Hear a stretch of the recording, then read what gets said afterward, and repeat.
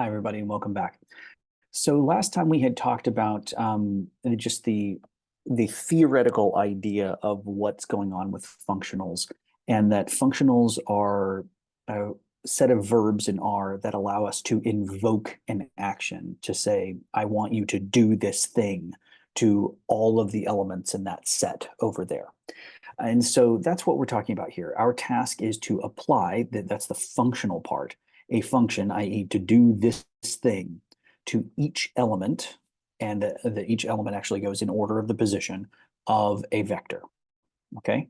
And so here's an example. Let's say that this is not, I'm saying that this is a bit of traditional statistics. That's not entirely true, because the example here should be to take to find the convergence of the sample mean in terms of like repeated samples. But we're not actually going to take repeated samples. We're just going to take the exact same sample and just increase the size of the amount of data that we have access to. So we're going to take a sample of size 1,000 with mean equal to 1. And then what we're going to do is we're going to find the overall mean of this. Now the true mean should be 1, but for our sample, and technically this is a population, so we're creating a population of 1,000 people or whatever. And for this measurement, the average is 1. But for the population, because there's some random deviation here, we get about 1.05. All right. So this is our truth. So the question is, if our truth is 1.05, how many samples do we have to take before we actually get close to the truth? Okay.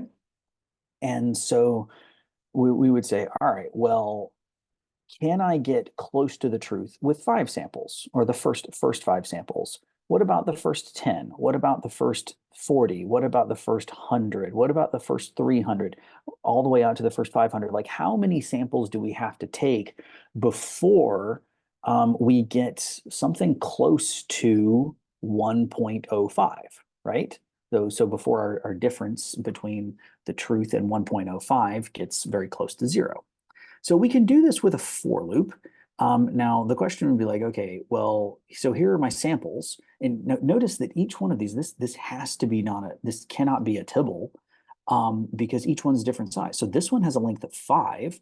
This one has a length of 500. All right, so you can think about this as like the data is really really short here, but the data gets really really long over here, and it increases over time. Like if we were doing something like a snowball sampling example, something like that.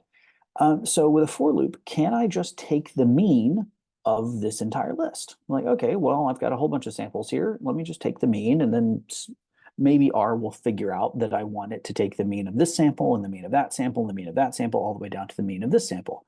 Well, no. Okay. And the reason why is because lists are non-atomic. They're not numeric. They're not logical. So the mean function is not going to work on this. What do we do then? Well, we say, okay, well, this sounds like the job for a functional. I know that I have a task. I want to take the mean. The task is take the mean, okay? And I want to apply or invoke this task to each element of this list, all right? So I can do this with a for loop. We learned how to do this. We can say, okay, well, for each sample in this list, I'm going to take the mean of the sample. All right. So the first thing I need to do is I need to find out, like, okay, well, how many times did I do this sampling? And so that would be the length of the list of samples. And then I'm going to initialize an empty vector of means equal to the number of samples. And then I write a for loop. And I say for, this is my index in the integer vector from 1 to the number of samples. And I want you to find the mean of that particular sample. And notice here, I'm doing the double subset operator because I want the actual contents of this list so that I can take the mean of it, and I'm going to save it into, so if I'm on sample 5, then I want to take the mean of sample 5 and store it in position 5 of my sample means. And we are using the position of the elements of this vector.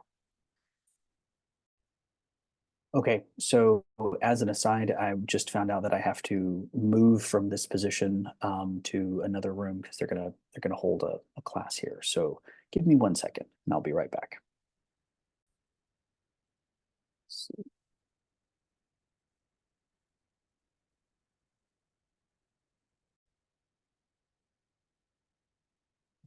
We're back.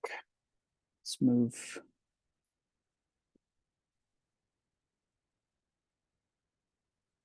Sorry about the distraction. Um, okay, so we were using the positions of the elements of the vector. And what that allows us to do is we say, okay, well, here are our sample means, and we see here that we're getting closer to, so the true value is 1.05, and the larger number of, the larger the samples are, or the higher proportion of the population that we sample, the closer we get to the truth.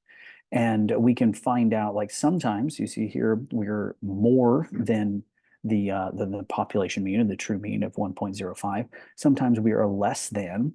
So if we want to find out how different we are, then we would take the absolute value. And so we can plot this and we can see that if we increase the samples from basically 5 samples all the way up to 500 samples, that as long as we keep increasing the samples, we're going to be decreasing the difference between the sample mean and the true population mean. Okay. Now, this is not actually what the central limit theorem is talking about. The central limit theorem is something totally different. And for those of you who have learned about that, you've taken a couple stats classes, make sure that you're able to talk about this with the other students in the class, because it's important that people understand how the central limit theorem is working. And there's an exercise down here for you guys to think about that and think about how this is different from the central limit theorem.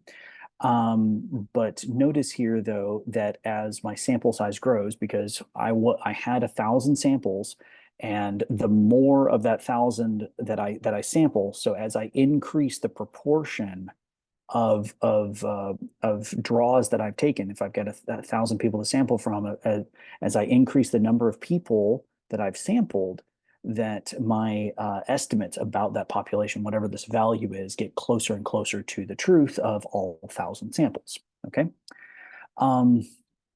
So if we want to map to here's if we wanted to do this without using a for loop, if we were just like, okay, well, this seems like a lot of work to get something as simple as just take the mean of all of the values in this list. So why isn't there an easier way to do this? Well, there is. Here it is. This is the map function from the purrr package. It's in the tidyverse. And it says, do this thing, do the mean to all the elements of this. That's it. Okay. Now it's not going to return an atomic vector the way that we saw before. So we're going to have to make a slight modification here, but it returns it as a list. Okay. And it gives me the mean for each of the samples in this list. This isn't quite what I'm looking for, but that's an exercise for you to figure out. What I want you to do is I want you to do question mark map and go and read and figure out which map function, because there's a couple of different functions all in the help files. Which one do you think will return an atomic numeric vector? Because that's what this is. If I use the for loop, I got an atomic numeric vector. I got a numeric vector, atomic. And so if I wanted to replicate this functionality, what's the version of the map function can I use, or which version of the map function can I use in order to replicate this functionality? Okay, so that is the exercise for you. I'm going to pause here and give you guys a little bit of time to work on that. See you soon. Okay, so you've had some time to work on the map function. Now, what I want you to or work on, like the help file for the map function, and figure this out. So the map functions all follow this syntax. So they're following functional syntax, and they are saying do to this vector this operation. Okay. So if I wanted to find the summary of the miles per gallon data set, what's going to happen is it's going to interpret the miles per gallon data set as a tibble. A tibble is a list, and so therefore it's going to apply the summary function to each column of this data set, because that's the ordered position of this list, i.e. MPG is a tibble, but tibbles are stored as lists. So they are ordered vector. It's a vector. It's an ordered collection of elements where each of the elements is itself a column. Okay. And so that's what happens here is we're applying the summary function to all of the columns of this data set. Now, this is like we're getting good information for the numeric stuff, but for the character columns, I have no idea what to do with this. So we're saying, all right, this is showing that the summary function isn't really helpful for character information. So can we write our own summary function to pass to map? And the answer is yes, absolutely. But we need to learn a little bit more first. Okay, let's get back to the sample means here. And let's say that we wanted to find, so we were going back to this graph right here, and we want to replicate this, but can we do it with the map function?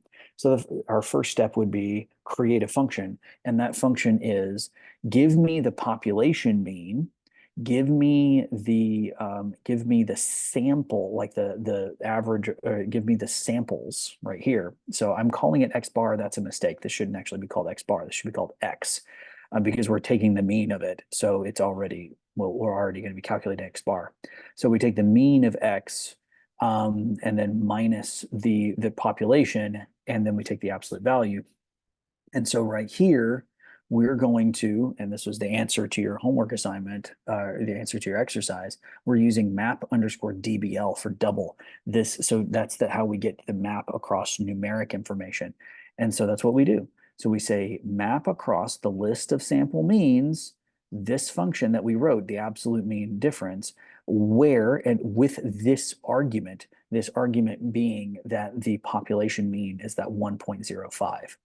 And so we get the exact same results that we did with the for loop, okay? We're going to pause here, and the next video, we're going to talk about writing an improved summary function so that we can apply it to this miles per gallon data set. Okay, see you soon.